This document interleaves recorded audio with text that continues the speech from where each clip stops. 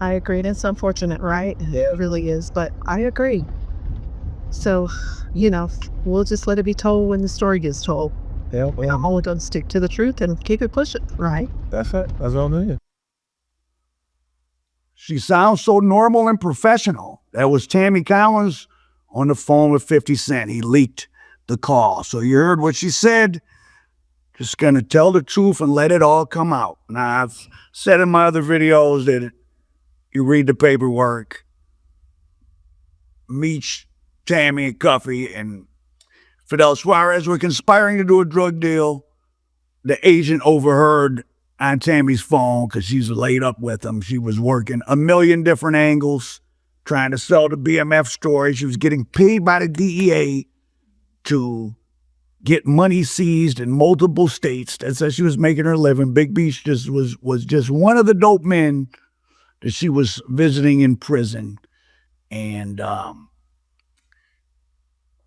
things just went sideways. Now, you have 50% of all prison inmates are functionally illiterate.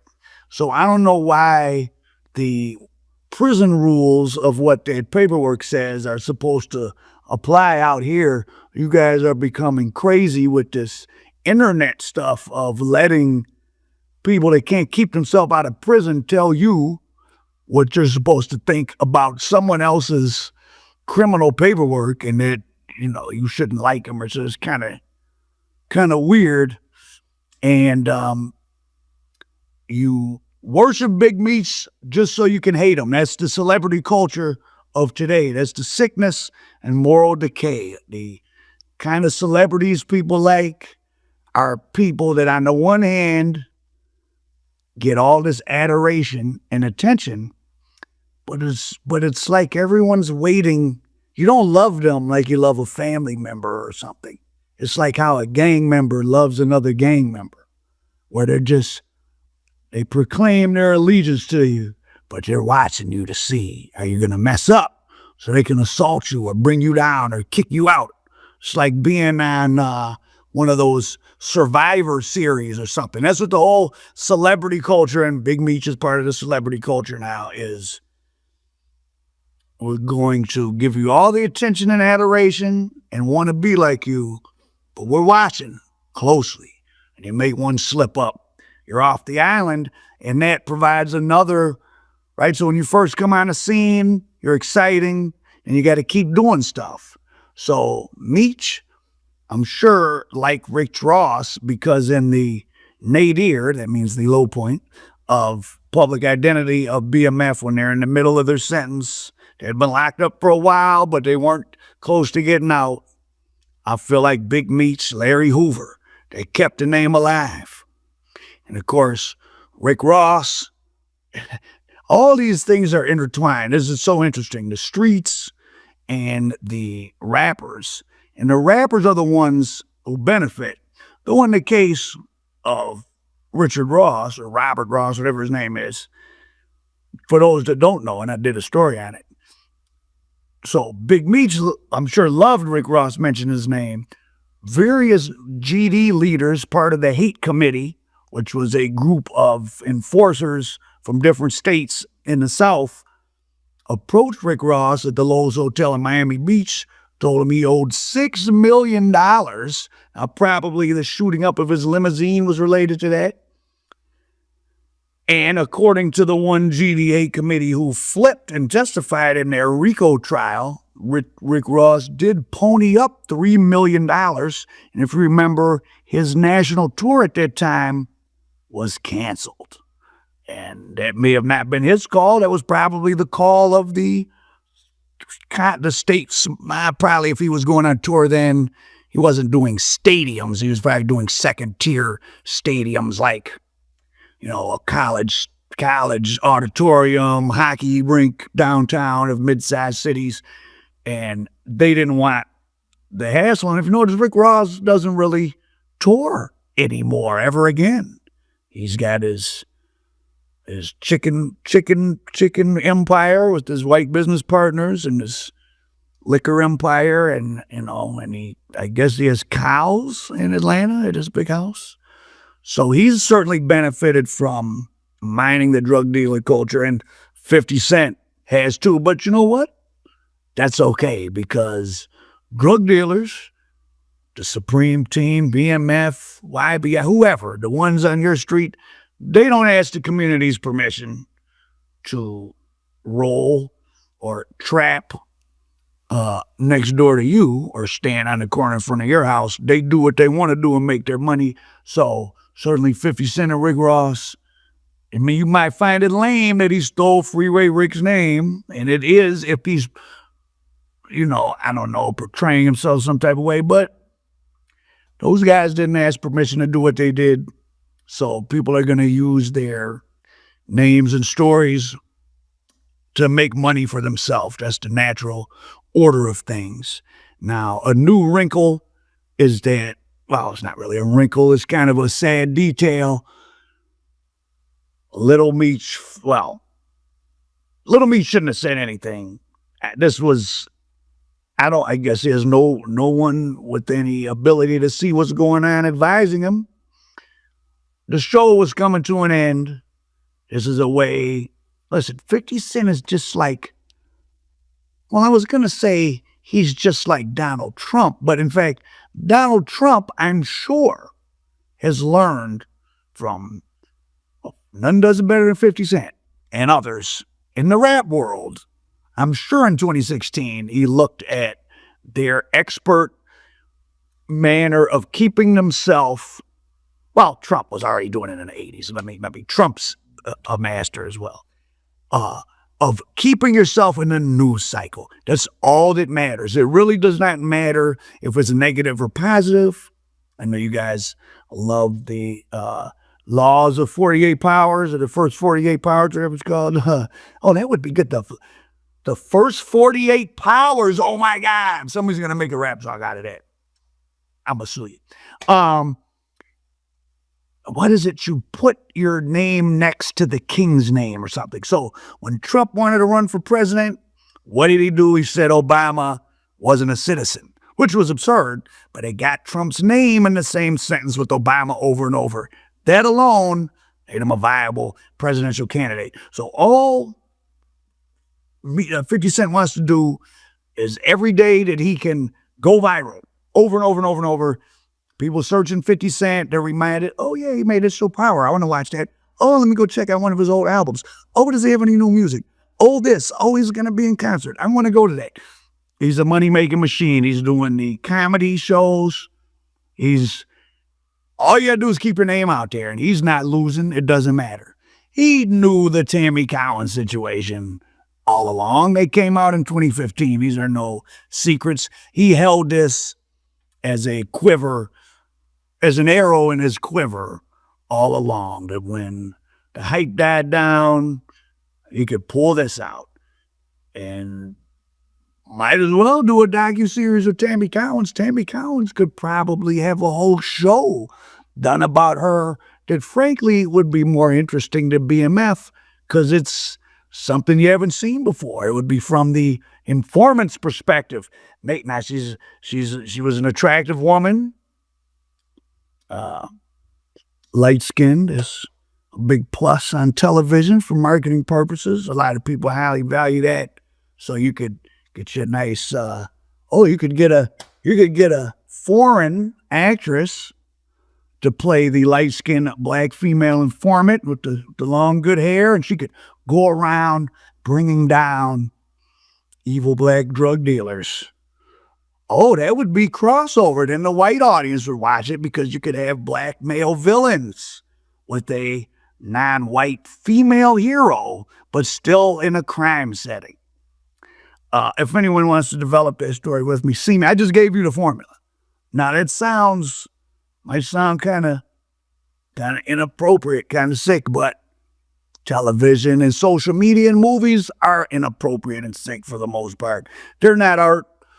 They're cheap products designed to hit your dopamine, norepinephrine, etc., so forth, all the other chemicals that might flood your brain and make you feel like you're experiencing pleasure, excitement, or enjoying life. So Little Meech saw that the BMF show was canceled, And he was texting 50 Cent personally. 50 Cent put those personal text messages on his Instagram page where, well, Little Meech is, I don't like Rick Ross. My dad just did it for the money.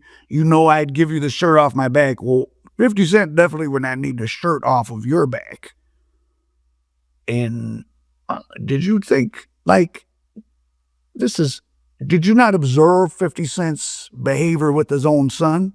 Though there may be, I think they've maybe gotten back cool behind the scenes and now they're just using their little fake beef to make money. But I think he was publicly disavowing his own son. So, he made his money with you and Big Meech Sr. gave him a reason to turn all this into yet another. It's not a marketing hype for any particular product. 50 Cent has so many products. I'm about to get interviewed. I normally don't do interviews for networks, but once in a while I do, just so a few new people may see me and, Al Prophety's interested. They Google your name. I have so many videos to watch. I'll get a bump in views. Well, 50 Cent has many movies and albums and concert tours and events, so he can't lose. The question you should ask yourself is, why the hero worship of drug dealers? Now, I'm not here to say drug dealers are even bad, because I think in a world where we're all addicted to our cell phone, where Purdue Pharma, the Sackler family created OxyContin, marketed it, knowingly getting people addicted, and of course, cigarettes, tobacco, and Donald Trump is the president. I think that some people selling some bricks of cocaine and throwing their money in the air we have 99 problems and that ain't one. Even if at worst, it's not that big of a deal. But think about this. You don't go up, I bet you none of you know the Habibi who sells the most cigarettes in your city. Now, do you? Be he an Arab Habibi, a Pakistani, but I bet you don't know who sells the most cigarettes. Because you don't care, because there's nothing to get excited about, or, that's so-and-so, he sells the most cigarettes. No, that's not, that's not glamorous, because it hasn't been glamorized in the pop culture, but drug dealing, at least amongst young black men, has been made to look very fun, exciting, and much less down and dirty than it is, and much less up and down. For all of you that think that people come home to millions of dollars, almost none do. Almost none do. Think about this. You leave $10 million, say, 20 years ago, right? You can't, it's cash, it's drug money. You can't put it in I'm going to go put this in the stock market and make 8% a year and live off that. You're spending it. So that's $500,000 a year, which for 20 years, it's only $500,000 a year for 20 years has to be spent. You got maybe a wife, another woman you have a kid with, you maybe have 2-3 kids. You got assorted hangers out. There's a lot of people. 500,000 gets ate up fast. 2 women each with a kid in a household that are used to living a certain kind of way, even with their living tone way down, can run through 200,000 each in each household, and then some assorted people picking here and there in your commissary, that's another 100,000. 500,000 a year for 20 years is 10 million. So if you stack 10 million, that's only 500,000 a year, because you really can't put it into the economy unless you're a very sophisticated criminal, in which case you probably wouldn't have got 20 years in the first place. So what does the future hold for Big Meech? What do you guys think? Rick Ross is now floating the idea of doing a movie, but I don't know what you would do a movie about, because the story's been told. When they did when they announced the show, I said, well, this will, I guess, I mean, once the story's told, this is what I learned when I was going through like potentially having some things I've done made into movies or just different stuff, ideas, not necessarily anything you've seen, fictional things I've written. Once something's done once, like I did, obviously I'm well known for one of the things are the 1970s heroin kingpin stuff. Well, they already had, Hollywood already did one of those movies, American Gangster. There's not going to be 2 or 3 movies about that particular 10 years in this particular subpopulation of America. That's, it's already been done. Maybe now that movie was 20 years ago or something, I mean, they were going to do The Council about Nicky Barnes with Will Smith, and that had went into pre-production before COVID, but then Will Smith slapped Chris Rock and then COVID hit. So I think I'm sure it's been shelved because it's not in production. So what do you guys think is going to happen next with Big Meech? I think it's, as far as from the document that's out, the Mr. Gatling's motion to suppress the wiretaps, from the wording of how Tammy Cowins reacted, at least in that document, it sounds like Meech didn't know. Now, you could say, and from a professional standpoint, if you're a professional drug dealer, he was incompetent to have her even, but see, you could say, well, she was working with the DEA, so he shouldn't have been. First of all, he's in prison. How does he know? But I keep telling you, here's the secret. When you know what? In any level of selling drugs, you are interacting with people that are dealing with the police. The police are all through the drug trade. So if you are a guy in a neighborhood who sells $500 worth of crack a day, one of your Jackie from around the corner who buys a couple dimes every night is apt to get stopped and frisked, or she's somewhere and she gets, they got some rocks in her pocket and they're like, it's not that big of a deal, but they could take her to jail. And they're like, well, just give us a name. And if it's in a neighborhood where they do that type of thing, there's more than one guy doing it. And what the police do, they don't hear one name and they're going to raid your house. They're always gathering information. They know that it's a bunch of petty drug dealers in the neighborhood, but now they're waiting to hear, well, there's this one guy, he's the mean one. He slaps us around if we're short on the money, and all us smokers think that he killed old man Robert in apartment 2B. Now that's who the police go to. Meanwhile, all these other guys are selling crack to Jackie because her snitching on the one guy really has nothing to do with them.